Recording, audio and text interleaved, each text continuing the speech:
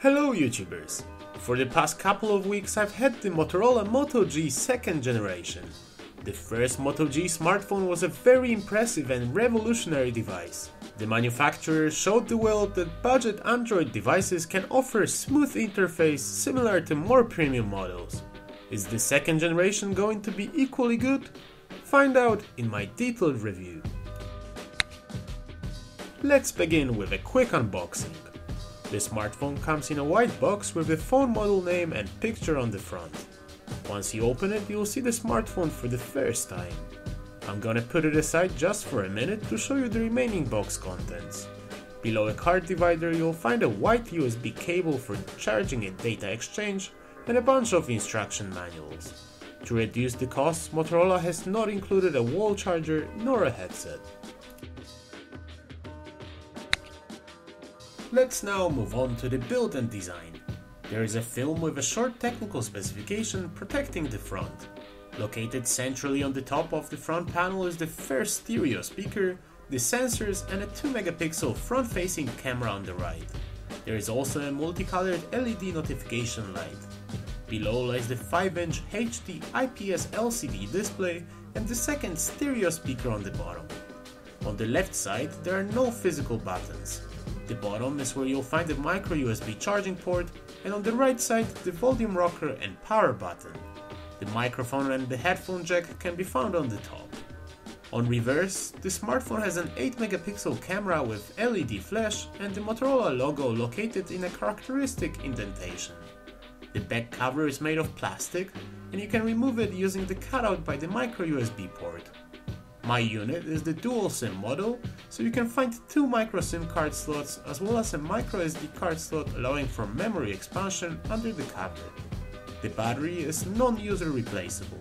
Motorola Moto G has 70.7mm in width, 141.5mm in length, 11mm of thickness, and is, as a matter of fact, quite heavy at 149 grams.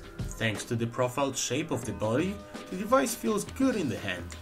I noticed that the casing in my unit made some unpleasant sounds from applying pressure in the upper right corner, and I wasn't a fan of the silver color used on the speakers.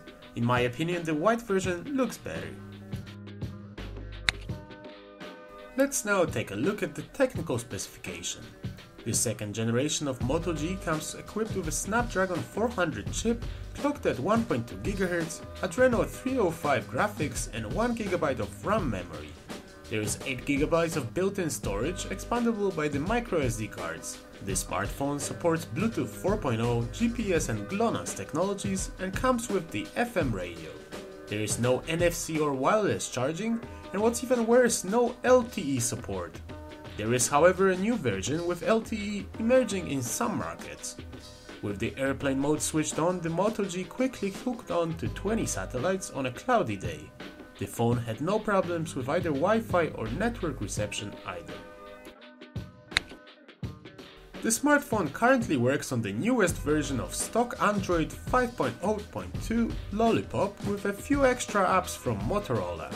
In Antutu benchmark, the device achieved only 18,882 points. Even though the phone runs stock Android OS, its rather budget technical specification is the reason for some lags in the interface. I will even risk a statement that the previous models seem to perform better. Maybe it is the new Android version that is the culprit here, as it is known to cause problems even on flagship devices such as the Galaxy Note 4 or the Motorola Nexus 6. The phone was capable of running graphically demanding games such as the Modern Combat 5 or Real Racing 3. They were playable, but some frame drops were noticeable in Real Racing 3 at times.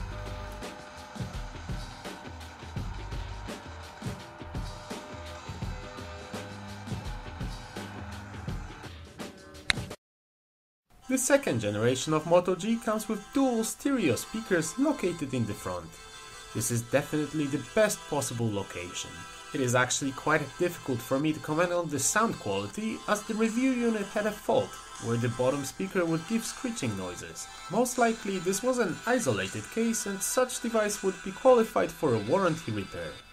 Judging from the sound quality of the top speaker, I can say that a fully functional model should produce better sound than most of the competition. When it comes to quality of sound on headphones, I was actually quite impressed. The sound was better tuned and louder than, for example, in Nexus 6 in direct comparison. The 5-inch IPS LCD display has a 720 by 1280 resolution, which gives it a density of 294 pixels per inch. The panel is covered by Corning Gorilla Glass 3 tempered glass. The quality of displayed image is good. The colors are well calibrated, viewing angles very wide, brightness quite high and contrast levels also good. Only the pixel density could be a little bit higher. A Full HD panel would definitely make a difference. In display settings you'll find an ambient mode which makes notifications appear on the screen in black and white with minimum battery consumption. As I have mentioned earlier, the second generation of Moto G currently works on the newest Android 5.0.2 Lollipop. The phone ships with an older version of the system, but an update should appear as soon as you connect the phone to the internet. Similarly to other Motorola devices, there is a beautiful booting animation on startup and a standard Android configuration on first boot. During subsequent steps, there is an option to migrate data. This will let you quickly move any pictures, movies, music, call logs, messages or contacts from your old Android or iOS smartphone. There is a video on my channel that presents all of the new Android Lollipop features, and you can find a link to it in the video description, so I'm not going to cover that here. The 8GB of built-in memory in fact only leave about 5.5GB for the user, as the rest is used up by the system. This is an archaic value for today's standard, and even though you'll be able to store pictures and other files on your external SD card, since Android KitKat, app data must be stored on the internal storage only. When it comes to apps pre-installed from Motorola, we have the Moto Alert that lets you share your geolocation with family and friends, Moto Assist that is a voice assistant that for example can read your text for you whilst driving, and a radio app that uses the built-in module. My Moto G unit is the dual SIM variant. In this configuration there is a SIM management menu in phone settings where you can quickly configure SIM related settings. Both SIM cards slots support 3G, so you can switch data plans easily. When dialing numbers or sending texts, you'll be given an option to select the SIM you want to use. There is a non-user replaceable lithium-ion battery with quite a small capacity of 2070 mAh installed on the Moto G. I've tested the device for a few weeks and the battery life was very average. With intensive use on 3G network, I've been struggling to get 3 hours of screen on time, and a full day of use was actually quite difficult to achieve as well. Let's talk about the cameras in Motorola Moto G 2014. The main one on the back is an 8MP module with autofocus and LED flash, and on the front we have a 2MP selfie shooter. The camera app has a rather standard look with quick settings unveiled when you slide from the left side of the screen. Settings are in fact very limited. We have the HDR mode, flash options, exposure and focus control with an on-screen bracket, choice of HD or HD in slow motion resolution for video, panorama mode, timer and geolocation. When it comes to the quality of shots, Motorola actually positively surprised me. The photographs in good lighting conditions are very decent. HDR mode lets you achieve well-lit pictures even when shooting directly at the sun. Macro shots surprised me with the detail level as well.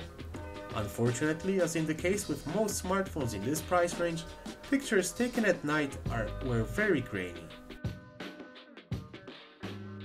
The 2MP front-facing camera, despite its low resolution, performed alright and I was satisfied with the results.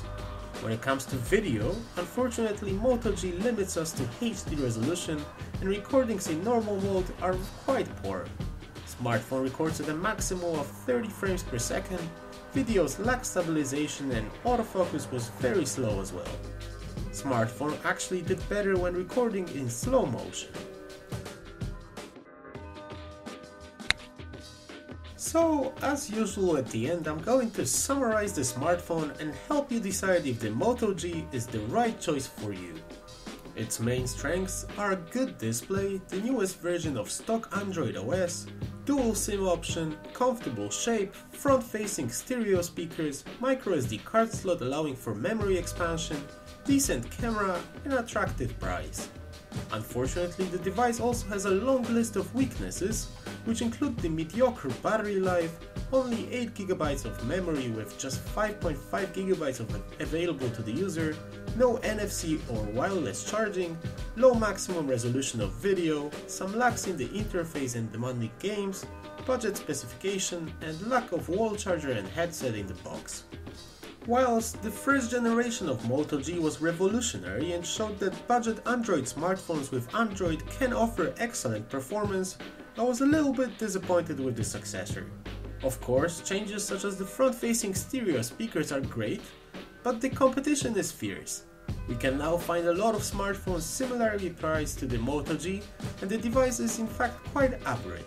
I personally could not imagine using a device without LTE internet and only 5.5GB of internal memory available for apps, so this disqualifies the model for me. Perhaps it is however a good choice for less demanding users. I hope that you've enjoyed the video.